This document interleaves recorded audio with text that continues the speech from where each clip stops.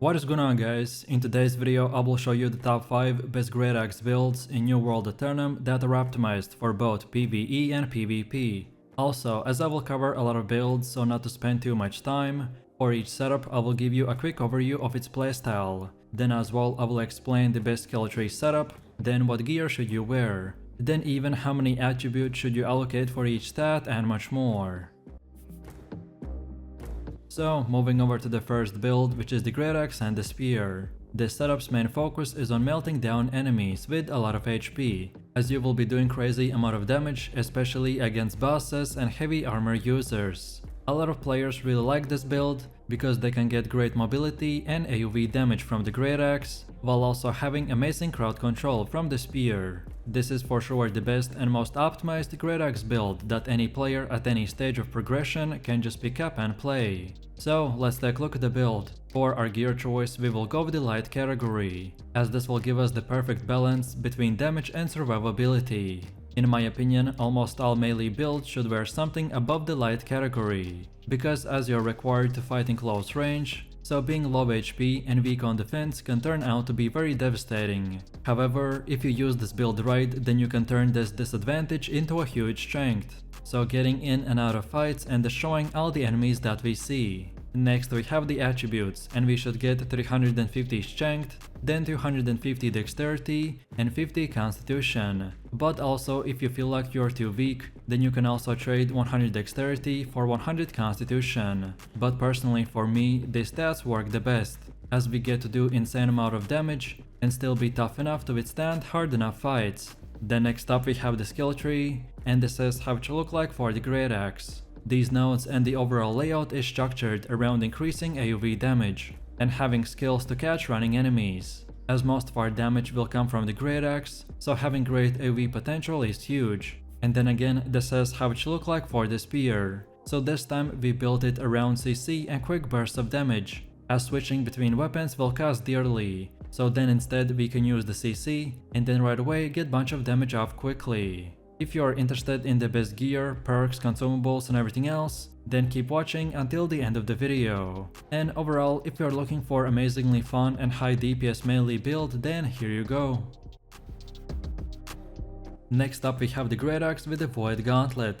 This is mainly a PvP build that uses great axe for mobility and melee damage, while having void gauntlet for the incredible buffs and crowd control to lock down any enemy that tries to run away. What I like most about this setup is that we get self-healing as a melee player, so to be honest, it's pretty hard to kill us, and if anyone tries, then we will destroy him in a few seconds. So let's take a look at the build. For our gear choice, we will go with the medium armor, as this will give us the perfect balance between survivability and damage. This is one of those builds that can only go medium, as light or heavy reduces too much damage or too much defense. As far as our attributes go, we want to get 400 intelligence, 200 constitution, and then put the rest of your leftover points into strength, dexterity and focus. As the great axe is a strength focused weapon, so we will want to use the abyssal gem to convert the intelligence damage to the great axe as well. And then finally we have our skill tree, so let's take a look at the void gauntlet. This setup is pretty similar to the previous builds, just with one or two passive changes. Well, this is how it should look like for the great axe. So we build this weapon around increasing as much AoV damage and mobility as possible. If you're looking for a fun off-meta build, which is very strong in PvP, then here you go. Then for the third build we have the greatsword and the great axe. This setup is very powerful melee bruiser that primarily is intended for destroying any target that crosses your path. This build will have incredible hunting capabilities through the use of the mobility spells. However, it also has a large amount of disruption tools that prevents escape and singles out an enemy, so you can restrict his movement and block his incoming attack.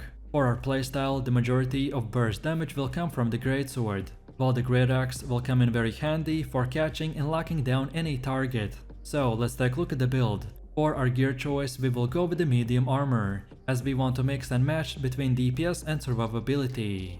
Next we have attributes, and we want to get from around 250 to 300 strength, then 350 dexterity and 25 constitution. Similar like for any build, you can sacrifice dexterity for more constitution, but I found that these specific numbers work best to have the best balance between maximum melee DPS but still being able to be tough enough to withstand serious amount of damage. And then finally we have our skill tree. So let's take a look at the greatsword, and this is what we have. This layout focuses more on getting max crit damage and empowering each one of our next attacks.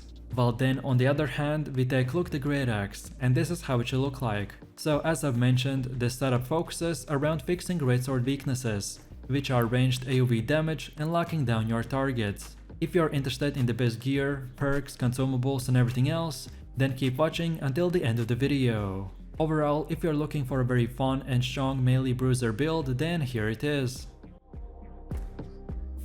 Next we have great axe with the warhammer. This is a very old school build, but with just few new changes, it still can be very strong and powerful. The great axe with the warhammer weapon combination is an extremely strong and well balanced setup, which offers really good burst, chasing potential and damage reduction. This build is similar to the great axe and the hatchet in a lot of ways, but in my opinion the peak damage and healing is a bit lower, although it will bring more CC and damage reduction to the table.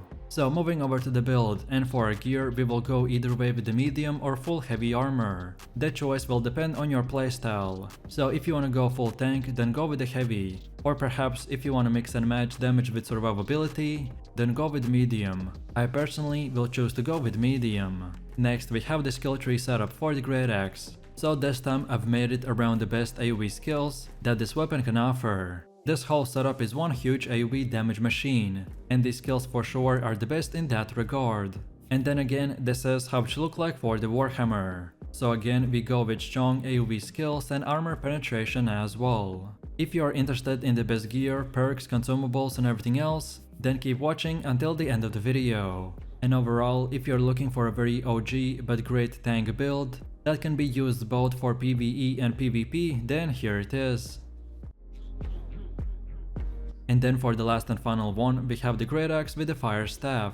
This is a very unique and off-meta build, in the sense that we are a melee mage caster that depending on the fight will do both, so go into melee and long range. This setup has an amazing mobility from both of the weapons, while also having strong fire burn effects. So let's take a look at our setup. For our weight category, we will go with the light armor, as this build is primarily meant for range and maximum amount of damage. So especially for PvP, we will be kiting and catching low enemy players off guard. And then on top of that, for our weapon to scale with intelligence, on the great axe we will use the abyssal gem to make this weapon convert from the strength to intelligence. And then finally, let's go over to the skill tree, and this is how it should look like for the fire staff. So our skills are built around one of the best mobility skills in the game, while also getting strong and quick fire spells that not only do damage, but apply the burning effect on multiple targets as well. And then again, this is how it should look like for the great axe. So this setup is primarily structured around once more increasing our mobility, while also using 2 CC tools that will help us to catch and make the enemy players out of position. Overall, if you're looking for a very fun off-meta build, but which is very strong and fun, then here you go.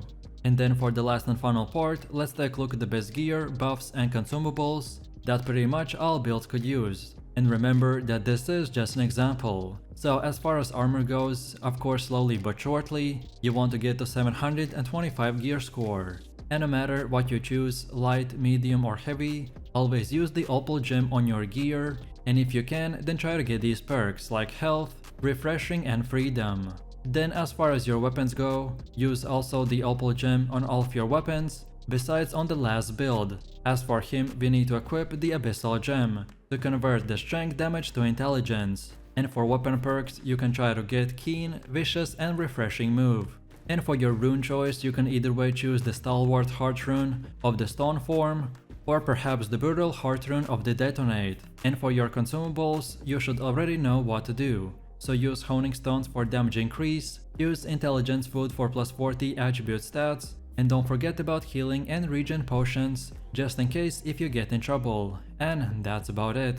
So if you enjoyed this video, click like, subscribe and comment. If you are interested in more content, then check out my channel, and I will see you in the next one. So take it easy, peace.